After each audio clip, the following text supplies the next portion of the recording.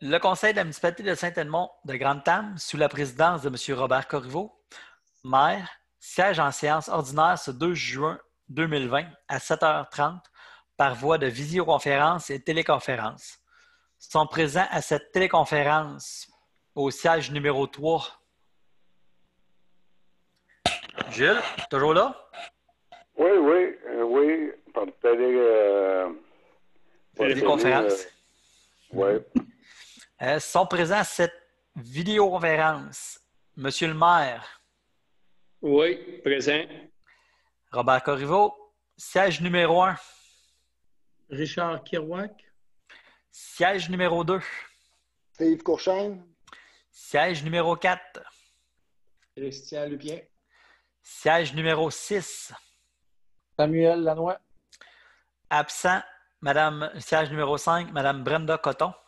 Donc, chacune de ces personnes s'est identifiée individuellement, assiste également à la séance par visioconférence le directeur général et secrétaire trésorier Donald Brideau. Considérant le décret numéro 177-2020 du 13 mars 2020 et qui déclare l'état d'urgence sanitaire sur tout le territoire québécois pour une période initiale de 10 jours, considérant les décrets subséquents qui prolongent cet état d'urgence soit jusqu'au 3 juin 2020, considérant l'arrêté ministériel du numéro 2020-029 daté du 26 avril 2020 de la ministre de la Santé et des Services sociaux qui précise que toute séance peut se tenir à l'aide d'un moyen permettant à tous les membres de communiquer immédiatement entre eux, considérant que selon le même arrêté, lorsque la loi prévoit qu'une séance doit être publique, celle-ci doit être publicisée dès qu'est possible et par tout moyen permettant au public de connaître la teneur des discussions entre les participants et le résultat de la délibération des membres, considérant qu'il est dans l'intérêt du public et pour protéger la santé de la population des membres du Conseil et des officiers municipaux que la présente séance soit tenue à huis clos et que les membres du Conseil et l'officier municipal soient autorisés à y être présents et à prendre part, délibérer et voter à la séance par téléconférence et visioconférence, que le Conseil accepte la présente séance soit tenue à huis clos et que les membres du Conseil et officiers municipaux puissent y participer par téléconférence et visioconférence. On prend ça de proposition, Laurent?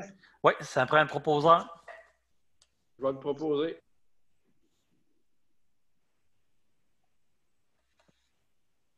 Christian? Est-ce que c'est tout unanime? Oui. Oui.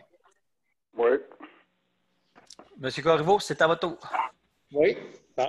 Oui, ouverture de la séance. En 1, en 2, adoption de l'ordre du jour. En 3, adoption du procès-verbal de la séance extraordinaire du 5 mai 2020 à 19h. En 4, adoption du procès-verbal de la séance ordinaire du 5 mai 2020 à 19h30. En 5, suivi du procès-verbal. En 6, présentation et adoption des comptes à payer. En 7, présentation du rapport du maire et celui des comités municipaux. En 8, adoption du rapport annuel. Dans 7 des activités en matière de sécurité incendie 2019. En 9, vacances annuelles du bureau municipal. En 10, dépôt du rapport des faits saillants du rapport financier 2019. En 11, bureau municipal de toiture. En 12, emploi d'été Canada subvention. En 13, Croix-Rouge, lettre d'entente service au sinistre. En 14, chalet des loisirs, fin des travaux. En 15, travaux de voirie, mandat en ingénieur. En 16, route Lanois, remplacement de Ponceau. En 17, camp de jour moniteur. En 18, camp de jour et jeu. En 19, entente de coopération intermunicipale en loisirs comité de gestion. En 21, correspondance. En 22, varia. En 23, période de questions. En 24, levée de l'Assemblée. La prochaine séance ordinaire du Conseil se tiendra le mardi le 7 juillet 2020. Considérant la situation actuelle de la municipalité, désire vous informer que vous pouvez poser vos questions par courriel PDG Saint-Edmond-de-Grande-Tame, j.ca.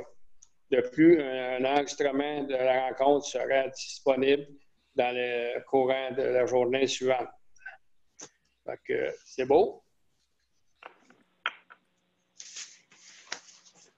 Fait qu'on y va avec l'ordre du jour. L'ouverture de la séance est faite. Adoption de l'ordre du jour. Est-ce qu'il va y avoir un proposeur? Je vais Richard. proposer, moi. Ah, Ah, Richard. Steve, OK. Steve. Non. OK. moi. Tous d'accord? Oui. Oui. En 3, adoption des procès-verbaux de la séance extraordinaire du 5 mai 2020 à 19h. Juste mentionner que le point 20 qui est à l'ordre du jour visible a été abrogé. OK. C'est bon. Tu prenais un proposeur? OK. Non, Je vais ça, c'est le bon. proposer cette fois-ci. OK. Radio point 3, excusez-moi. Le point 3. Oui.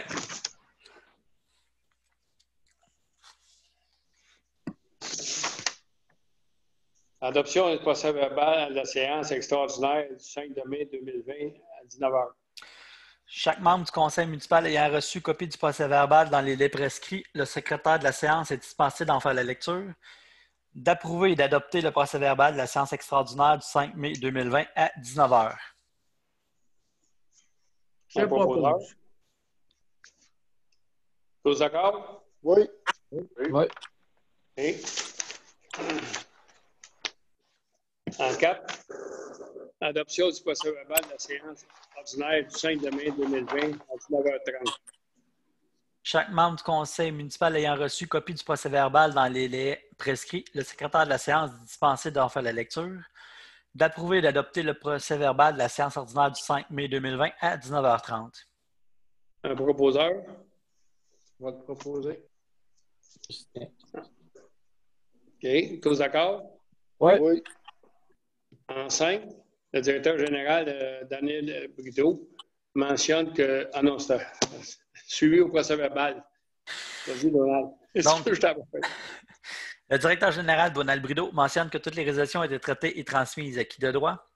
Donc, au mois de mai, la municipalité a reçu un communiqué de presse de la Fondation du Cégep de Drummondville.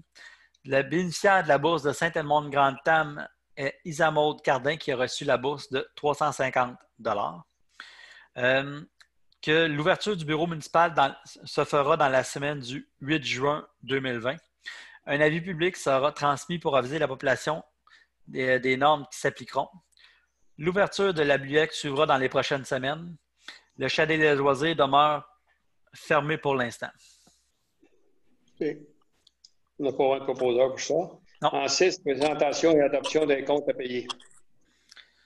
Le directeur général, Donald Brideau, dépose à cette séance le conseil la liste des incompressibles ainsi que la liste des comptes à payer et le montant des salaires et des charges sociales versées à savoir. Total des salaires et des charges, mai 2020, 11 688 et 3 sous. Total des comptes à payer, 20 051 et 21 sous. Total des incompressibles, 15 757 et 45 sous pour un grand total de 47 496 et 69 sous. Que les comptes suivants soient approuvés et que le directeur général soit autorisé à faire les paiements. On va le proposer, Jules. Jules? Okay. Tous d'accord? Oui. Oui. Oui. Présentation du rapport du maire et celui des comités municipaux. De ma part à moi, quand le rapport du maire, on n'a pas eu encore d'assemblée au niveau de la MRC. Donc, le même rapport, c'est ce que c'est qu'on vit à l'heure actuelle dans la municipalité. Fait que, de ma part à moi, c'est ça. Et celui des comités municipaux, rapport des loisirs. C'est vrai, Brandon n'est pas là. Je crois qu'il n'y avait aucun rapport pour l'instant. Le Comité comité de de surveillance. Le comité de surveillance, il n'y a eu rien non plus à cause du COVID. OK. C'est bon pour ça. Oui. En 8, adoption des rapports annuels en 7 des activités en matière de sécurité incendie 2019. Considérant qu'en vertu de l'article 35 de la loi sur la sécurité incendie, toute autorité locale ou régionale et toute régie intermunicipale chargée de l'application de mesures prévues en un schéma de couverture de risque doit adopter par résolution et transmettre au ministre dans les 3 mois de la fin de son année financière, soit le 31 mars, un rapport d'activité pour l'exercice précédent. Considérant que la municipalité de Saint-Edmond-Grand-Am a transmis son rapport annuel à la MRC de Drummond, puisque celle-ci a convenu avec le ministre de la Sécurité publique qu'elle entendait lui transmettre le rapport annuel des activités en matière de sécurité incendie avant le 31 mars 2020. Ce rapport présentant l'état d'avancement des activités entre les mois de janvier et décembre 2019. Considérant que d'une part, les membres du comité de sécurité incendie de la MRC de Drummond ont validé le rapport et en recommande l'adoption au Conseil des maires et que, d'autre part, le Conseil des maires l'a adopté à la séance du 11 mars 2020, de procéder à l'adoption du rapport annuel en set des activités en matière de sécurité incendie 2019, de transmettre à la MRC de Drummond un exemplaire de la présente résolution afin qu'elle soit envoyée au MSP, ministère de la Sécurité publique. Proposé par? Je vais le proposer, moi. Steve. Tous d'accord? Oui. Oui. En 9 vacances annuelles du bureau municipal. D'autoriser la fermeture du bureau municipal du vendredi 17 juillet 2020 au dimanche 2 août 2020, et ce, pour les vacances estivales. Proposé par? Je vais le proposer. Samuel? Samuel. Tous d'accord? Oui. Oui. En 10, dépôt le rapport d'effet saillant du rapport financier de 2019. Attendu les exigences de l'article 176.2.2 du Code municipal du Québec, de déposer le rapport des faits saillants du rapport financier 2019, que le dit rapport soit diffusé sur le territoire de la municipalité dans le journal local du mois de juin 2020, ainsi que par l'intermédiaire du site web municipal et disponible gratuitement sur demande en format papier au bureau de la municipalité. Et proposé par? Richard. Richard, Tous d'accord? Oui. Oui. oui. OK. C'est en 11. Bureau municipal de toiture. Attendu que la toiture du bureau municipal nécessite des travaux de réparation, que le conseil municipal autorise le directeur général à signer la soumission de toiture Bernier au montant de 6 375 $ plus les taxes applicables pour la réfection de la toiture du bureau municipal. OK. Un proposeur? Je vais le proposer. Tous d'accord? Oui. Oui. En 12, emploi d'été Canada subvention. Considérant que la municipalité s'occupera du camp de jour pour la période estivale, considérant qu'une demande d'aide financière a été déposée près du programme d'emploi d'été Canada, considérant qu'une subvention de 3 144 $ a été accordée pour un animateur de terrain de jeu, que le conseil municipal autorise le directeur général à signer l'entente et les documents requis pour obtenir la subvention avec le programme d'emploi Été Canada. Proposé par? Jules, Jules? oui. Tous d'accord? Oui. Oui. Quand Croix-Rouge, l'aide d'entente service aux sinistrés. Considérant que l'entente avec la Société canadienne de la Croix-Rouge, Division du Québec, était d'une durée de 3 ans et vient à échéance le 6 septembre prochain, que le maire et le directeur général sont autorisés à signer une nouvelle entente pour une durée de 3 ans avec la Société canadienne de la Croix-Rouge, Division du Québec, que le conseil municipal autorise le paiement annuel de la contribution au montant de 170 $. Proposé par? Proposez-moi. Steve. Tous d'accord? Oui. Oui. Oui. En 14, chalet des loisirs et fin des travaux. Considérant que les travaux de réaménagement du centre communautaire sont terminés depuis le 12 mars 2020, considérant que les travaux de terrassement ont été effectués au mois de mai dernier, considérant que l'architecte a fait une inspection finale et nous a délivré son certificat de fin de travaux, que la municipalité autorise le paiement final à l'entreprise Construction Bertrand Dionne Inc. au montant de 11 030 $ et 8 sous, plus les taxes applicables. Proposé par? Je vais le proposer. Richard. Tous d'accord? Oui. Oui. En 15, travaux de voirie, mandat à un ingénieur. Considérant que la municipalité désire faire des travaux de réparation sur le chemin municipaux, considérant que la municipalité veut obtenir l'assistance technique pour la préparation des clauses techniques de la réparation des chemins, Que le conseil municipal donne le mandat à la firme d'ingénieurs Pluritech pour un montant maximum de 2 000 $, taxes incluses. Un proposeur. Je vais te proposer. Tous d'accord? Oui. Oui. En 16, Haute-Ladoire, remplacement de ponceau. Considérant qu'un ponceau de 36 pouces de diamètre traversant la route Lannoy à l'intersection du rang Saint-Louis requiert d'être remplacé, que la municipalité donne le mandat de réalisation des travaux à l'excavation Hiergeau au montant maximum de 7 900 $ plus les taxes applicables, incluant la main-d'œuvre, matériaux, machinerie et équipements. Proposé par. Je vais le proposer. Tous d'accord? Oui. En 17, Canjo Moniteur. Considérant que la pandémie de COVID-19 actuelle et les normes du gouvernement provincial instaurées pour les camps de jour, considérant que les heures d'ouverture seront modifiées et réduites pour nous permettre de répondre aux exigences du gouvernement, considérant que le gouvernement provincial a annoncé une aide financière pour payer les coûts supplémentaires reliés à la COVID-19, attendu que la municipalité a engagé 4 animatrices pour les camps de jour, que le conseil municipal autorise le directeur général à augmenter les heures régulières à un maximum de 40 heures par semaine pour chaque animatrice pour répondre à la demande, que le directeur général pourra autoriser des formations pour les animatrices qui seront requises jusqu'à un maximum de 300 $. Proposé par. Je vais le proposer, moi, Steve. Tous d'accord? Oui. Oui. Oui. En 18, Canjo Jeu. Considérant que la pandémie actuelle nécessite de revoir les méthodes d'affaires pour les camps de jour, considérant que la municipalité va offrir un environnement sécuritaire et stimulant aux enfants du camp de jour, considérant qu'une demande de subvention a été faite à Loisirs Sport Centre du Québec et que la municipalité doit faire un investissement équivalent de 25 % de la subvention accordée, que le conseil municipal autorise l'achat de jeux pour le camp de jour au montant maximum de 750 $ incluant les taxes applicables, que le conseil municipal autorise l'achat de jeux pour le camp de jour pour un montant supérieur à 750 $ seulement si les frais excédentaires seront assumés en totalité par la subvention reçue. Proposé par. Je vais Jules. le proposer. Jules. Jules. Tous d'accord? Oui. Oui. Oui.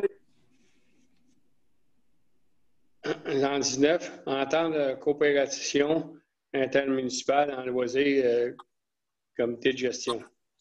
Considérant que l'entente de coopération intermunicipale dans le loisir avec la municipalité de Saint-Pie-de-Guay prévoit la création d'un comité de gestion pour assurer une saine gestion de l'entente, considérant que chaque municipalité doit nommer 2 représentants élus du conseil municipal, que le conseil nomme Brenda Coton et Christian Lupien pour siéger au comité de gestion et que M. Steve Courchaine sera nommé comme suppléant. Proposé par. Richard. Tous d'accord? Oui. Oui. Oui. OK. En 20, ben, il était retiré. On s'est rendu en 21, correspondance.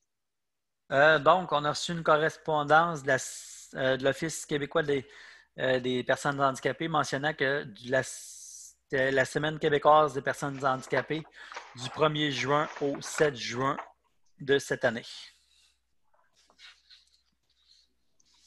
Proposé par. Il n'y a pas de proposeur là-dessus. Oh, OK, excusez. En 23, période de questions. 22 varia. Varia. Est-ce que je vois, j'ai sauté? Donc, OK, aucun 22 point. variantes. OK. Aucun En 23, point. période de questions. Vas-y, Donald. Donc, considérant que la séance est à huis clos, donc M. Corriveau annule la séance des questions habituelle. Les gens sont invités à poser leurs questions par téléphone ou par courriel. OK. En 24, ça sera la levée de l'Assemblée. Que l'ordre du Je jour étant propose. épuisé, la séance est levée. Qui Je propose? Richard. Richard. Ah, c'est bon, Richard. Oui, c'est ça. C'est toujours toi qui la propose.